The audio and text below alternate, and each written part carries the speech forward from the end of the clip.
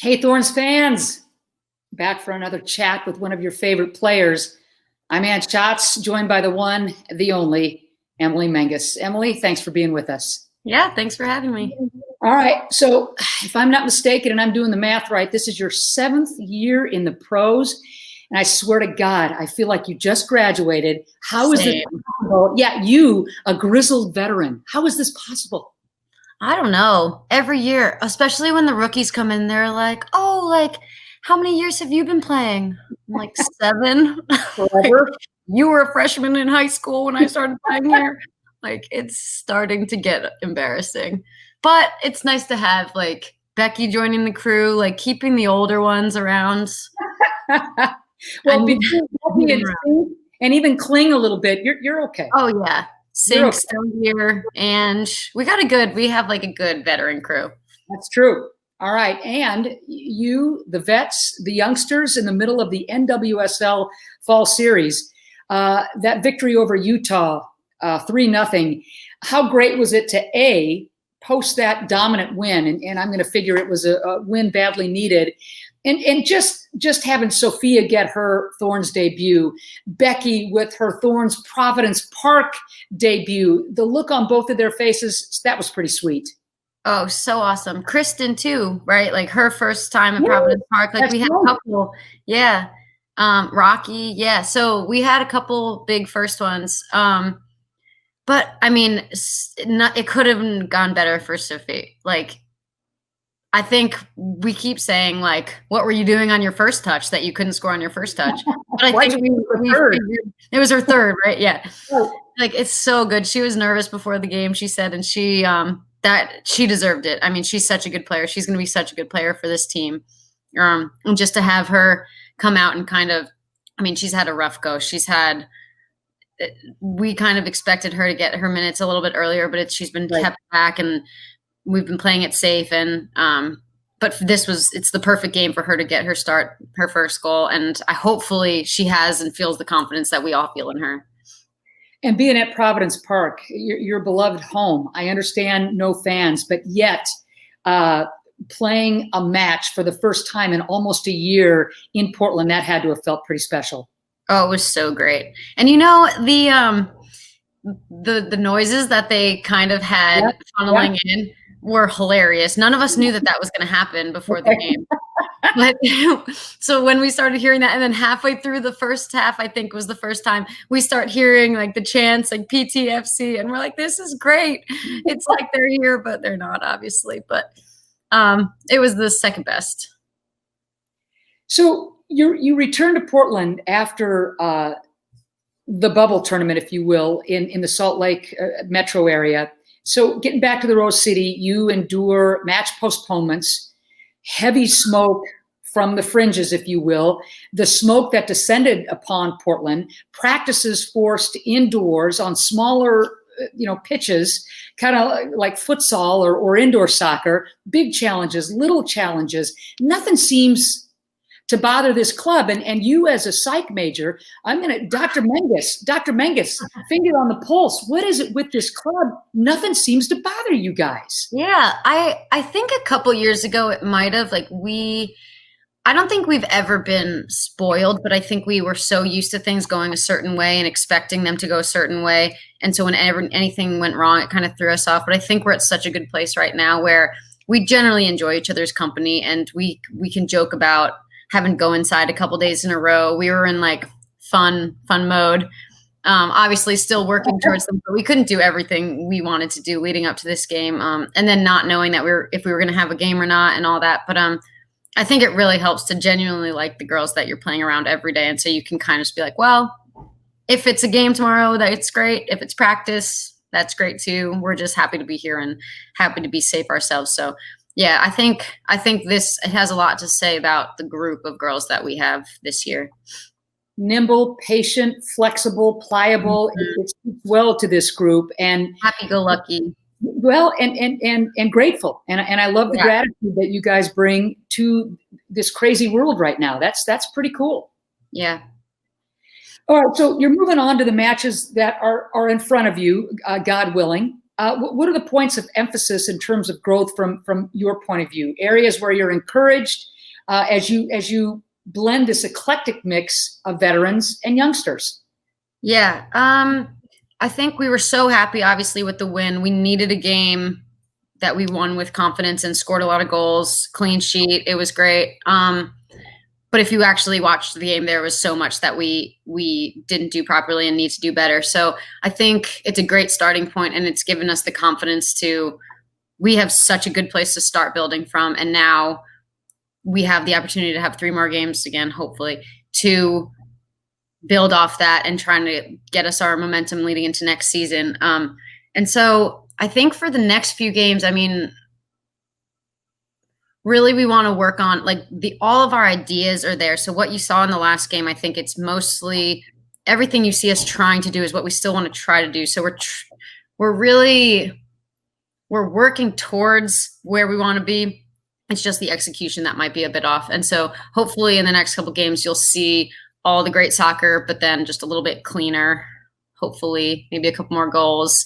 We won't lose possession as much, hopefully. Okay. How do you feel about the back line? It was great. Obviously, Sauerbrunn didn't start, but she got in, her presence felt. But with you and Kelly and Kling, and if Sauerbrunn is able to get more minutes gradually as this fall series commences or continues, I would think that you'd be feeling pretty good about your back line. Oh, yeah. Yeah, I feel great about it. And even with Kristen out there, Becky coming in, Poe coming in, we train so much as that group of kind of 8, which is like a double back line kind of. And so we get reps at all sorts of positions. We all get reps at all these positions. Okay. We play together so much when we split kind of into our positional training during practice that anybody that comes in next to me is a seamless transition in next to me. And so I think that's why Poe is able to come in and perform like she did. I think she did amazing. Becky can come in and know what the back line's trying to do. And so I think that's one of our biggest things is we all have to be on the same page. And I think we were all on the same page. And we've got some amazing players. We're going to be a really great back line. You know, it's been really fun. You know, we kind of joked at the beginning of this thing, this being your 7th year in the NWSL. I know all with the Thorns, more than 100 matches with the Thorns. Let's go back to the 2014 draft for just a second, if you don't mind. Well, what was interesting was Mark Parsons, your head coach, was then with the Washington Spirit. The Thorns, obviously, at that time, coached by Paul Riley, one of your youth coaches way back in the day on the East Coast. Parsons says he wanted you in the worst way, but waited one slot too long. And Riley came in and scooped you up. Were you aware of how close you were to being with Washington instead of Portland?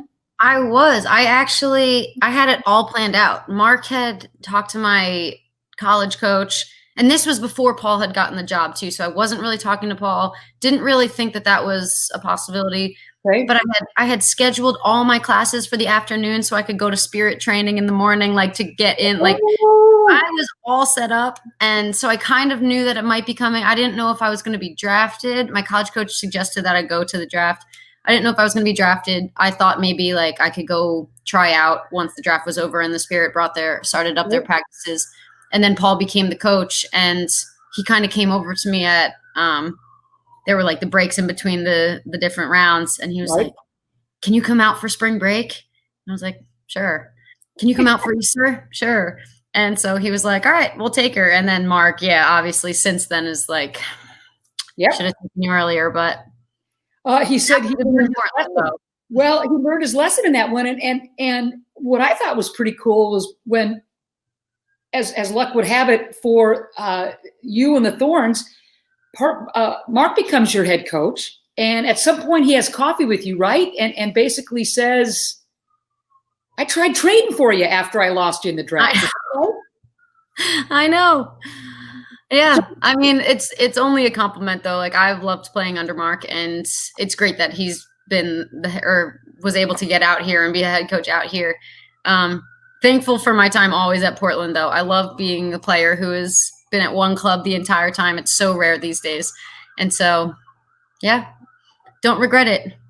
Do you think about the fact that this is kind of a nomadic profession for a lot of players, and that there is, a Rubik's Cube of trying to keep up with folks in the NWSL as changes happen, trades happen, the rally, and yet here you are with Portland since day one. Do you think about that on occasion? Oh, all the time. I'm shocked that I've been able to be here the whole time. I like to think I fly like just under the radar. Tree pop. Yeah, perfect spot. Of like I do well for the club, but I'm not this like all-star, and so they don't swipe me in trades, and I kind of just float along happily in Portland. But yeah, no, it's rare, and I am grateful. I do not envy the players who have had to bounce around to all different clubs, pick up their lives and move. Yeah, it's a tough profession and there are a handful of players, and there's no reason. Sometimes there's no rhyme or reason on what those players are. I mean, Kling's been at a bunch of clubs. She's an amazing player. There's tons of players who have had to kind of bounce around. And hopefully the more secure this league gets, the more we'll be able to stay in our place and have a say in where we go. Sorry, there's tons of fire trucks in my I can hear them. That's okay, but I can hear them. Yeah. But yeah, I'm grateful. I do think about it all the time, though. I'm just happy to be here. It's all knock on wood. Well, yeah, I got you. I'm doing it. Whether you call yourself this or not is irrelevant, but you've been the Thorns defensive rock since day one. The stats bear it. Your teammates swear by it. The difference between a production level from the defensive line when you are on or off the pitch is striking. Go ahead and do the math. What or who motivates you, Emily, to maintain the high standard every practice, every game? Is there somebody that you plug into that has been in your ear, in your corner? Not really a single person. I think I like to take pride in, obviously the whole team defends, our midfield defends like crazy. Mm-hmm. But I like to kind of think of it as the responsibility of the back line and the goalie as being like, those are the defenders. It is our job. If a midfielder is out of position and can't do the defending we generally need them to do, whatever, they'll talk about it, but it's our job. We need to be in position and we need to be back there. And so I think what motivates me most is making sure I'm doing my job in the back line and the goalie are doing our job. And if we tie 0-0, we did our job. Yes, I want to win, but if we can keep a clean sheet, then we are doing the most that we can. And obviously there's more that goes into it. We need to build up. We need to put our team in the best possibility for scoring as well. But I think that the people in front of me, starting with midfielders and forwards, are the people that motivate me to do my job. Because if we tie 4-4, that's my fault. We didn't win, Okay. So I think that is the kind of the motivation, being like, I'll do my job, you do your job. It should go well if that happens. Personally, for you, are there nuances of your game, your individual game, that have changed or improved over the years? I definitely think I've become a smarter player, and I've also been able to trust the people around me more. Obviously, they have always been there. I've played with Sync forever, but I tend to be able to make those risky passes without worrying what's going to happen if it doesn't come off. And we're also being kind of asked to do that a little bit more now. But we have the best midfield in the league, I think, by far. And so to play into Rocky's feet with 6 people around her, she'll get out of it. To play into Anne's, she'll get out of it. Lindsay, Sink, everyone. So I think the thing that I've grown the most is like trusting those people and making those passes. And yeah, I think mostly on the ball, I think I've made my biggest strides.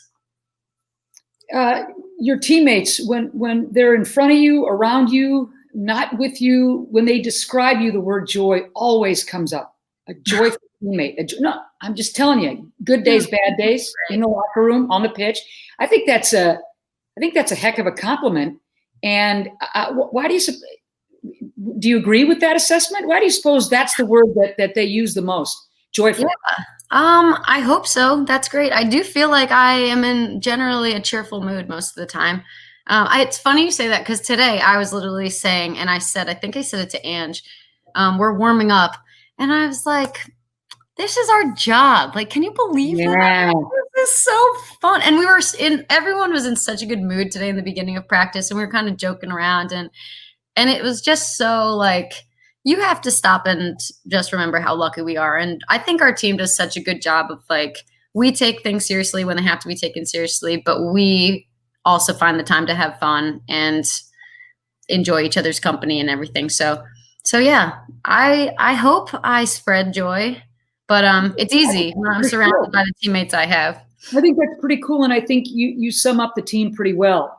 Mark talks a lot about culture and foundational pieces, and last time I checked, you guys are doing something that is a flippin' blast, and if you can't have some fun and find some joy, something's wrong. Oh, exactly. If you can't come to practice, and obviously you'll get frustrated and all different emotions come in at practice, but if you can't, on the majority of days, wake up and like just be in kind of shock and gratitude that you're going to soccer practice as an adult and you're getting paid to do it, to spend time with your friends, like you need to find a different profession.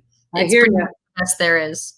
Keep the joy front and center, Emily Menges. It serves you well, and keep your teammates in tow with that, will you? Will do. Okay. It's not hard. I hear you, and let's all keep that in mind. And Em, thanks for being with us. It's always a treat to catch up with you.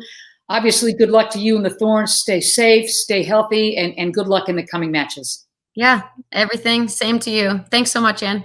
Thanks, Em. Over and out.